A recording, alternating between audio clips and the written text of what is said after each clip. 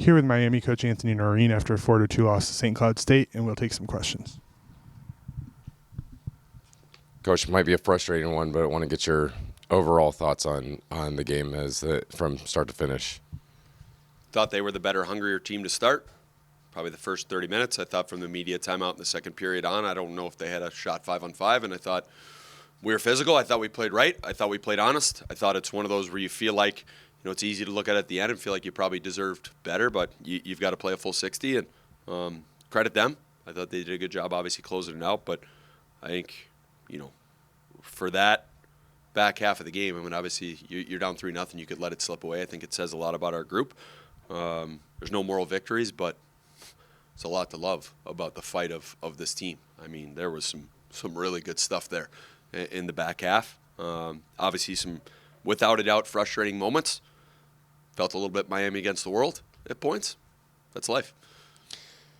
Felt like sort of climbing a mountain when you're down 3-0, but able to get two of those back on some really phenomenal shots from a couple of great players. So how did it feel like trying to climb back up and just being so close on a couple of opportunities throughout that rest of that second and the third? Yeah, I think it's kind of been how our group's been. We're down. I don't think there was a single doubt on our bench or in our room. Obviously, the time runs out on you, and it's, that's sports, that's life, that's hockey. You still got to beat the goaltender. You know what I mean? It's one of the rare sports where no matter what you do, you could, there's not many other sports where it's like the great equalizer. You still got to get it past the goalie.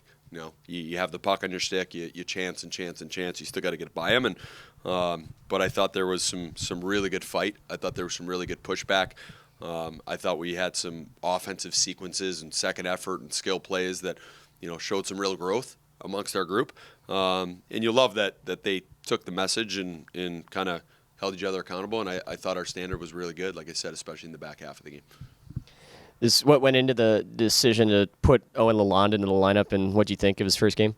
Thought he deserved it, earned it. Certainly wasn't out of the lineup by any sort of punishment. Sometimes that's just the way things go. You get on a little bit of a roll with a group, and it's, listen, as a coach, you've got to make lineup decisions based on the information you have, and you're not always right. That's it, but you've got to make those decisions. And I think sometimes, like I said, you get rolling, you don't want to switch things up. You're trying to build certain guys up, and some guys maybe get the short end of it, deserving or not. But the key is, what do you do with it when you get it? And I thought Owen went in tonight, and he was phenomenal. He was phenomenal. I thought he was as confident as can be, looked like a veteran, played like a veteran, had some great plays with the puck and poise for a guy playing in his first game in this league, in a game like that was fast and demanding. I thought he was excellent.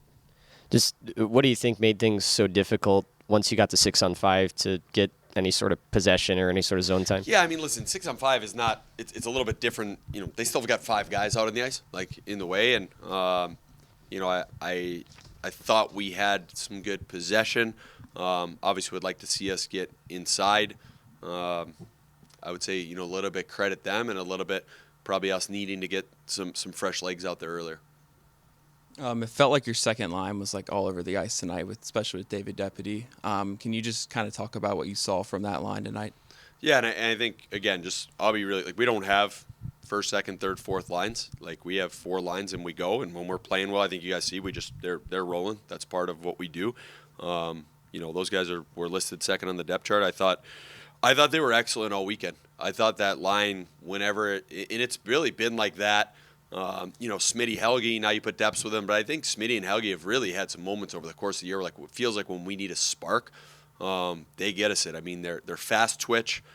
They're able to get the puck stopped. A lot of times when things are running around, just that ability to get your stick in there and get a puck stopped, and then to go win a 50-50 and win a battle, I think they've been able to do that. And then, man, they make plays. When it's on their stick, they make plays. You feel comfortable with it. They're creative. It's not necessarily cookie cutter when they have it. They're able to break things open, and I thought they really got us going tonight, and the rest of the guys kind of fed off it, and you felt like they were going to get one. I felt like every time they went over the board, you felt like it was a chance for us to score.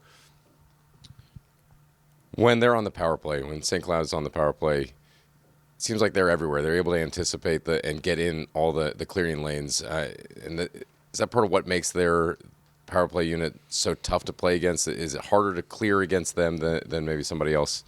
I mean, listen, they're well coached, they're organized, they're detailed, and they have a high skill level. I mean, look at their line chart, and you look at the amount of NHL logos next to them. I thought our kill did a really good job. I mean, I don't care if you're playing against a peewee team. If you're 5-on-3 for 2 full minutes, and then you're 4-on-3 for long depths, and then it's like you're in the offensive zone and you're in a 50-50 battle, and then you're killing, and you're like, to me, it's like you obviously want to limit them.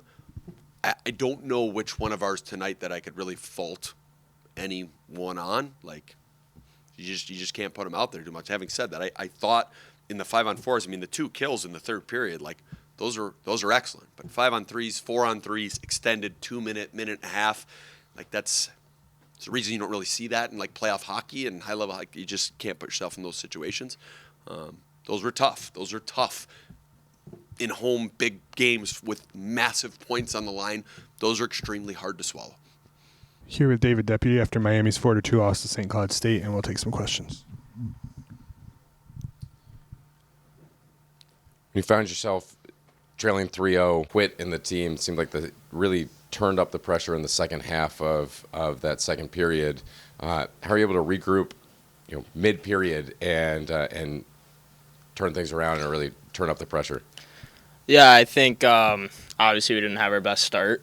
That's not the team that we want to be in the first period, and there was a kind of a talk in the room that that's not who we are, and we're going to turn this thing around. And yeah, like we got back to our game in the second, but in this league it's a little too hard to come back from 3 goals down in one period. So I think that was kind of the story of the game. The goal that you were able to score, Lalonde feeds you with a great pass. You're able to find sort of that weak spot that they're not covering. How were you able to see that? What about your vision? Was it helped you to be able to see and find that spot? Yeah, I was actually coming off the bench, so it was kind of my momentum kind of just took me there. But Londi made a really good play to me, and I was able to get a pretty clean shot off. You don't get a lot of those in this league, so it was nice to kind of bury that one. Yeah. What's been the biggest difference you feel like for you, just coming from obviously a very competitive USHL team that was competing for championships, but now playing here at Division One?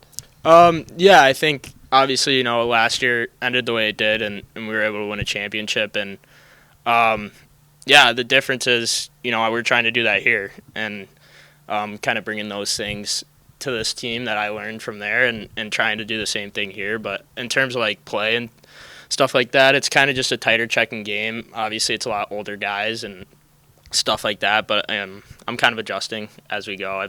I was out for a while, so it's been nice these last few games. Yeah, what has kind of that adjustment been like, just taking obviously an injury so early in your career and having to deal with that, and now readjusting on the fly, not only to the injury but also this level? Yeah, I think it was kind of difficult at first. I came in with an injury and then obviously took one the first game.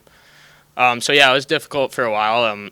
Coming in and pretty much my first game's an NCHC game, but I think it's it's like any other league. You kind of get used to it after a while, and then once you play a few games, you're into it. So, can you talk about the chemistry you've built on the second line with Smith and Helgerson, and what's made you guys so successful so far this season? Yeah, I think those two guys play with a lot of pace, and they're obviously both really skilled. So, my game's built around skating and skill. So, when I can play with two guys that have the same kind of attributes, it makes it a lot easier. And they're just two great guys and great teammates. So that's the best thing overall.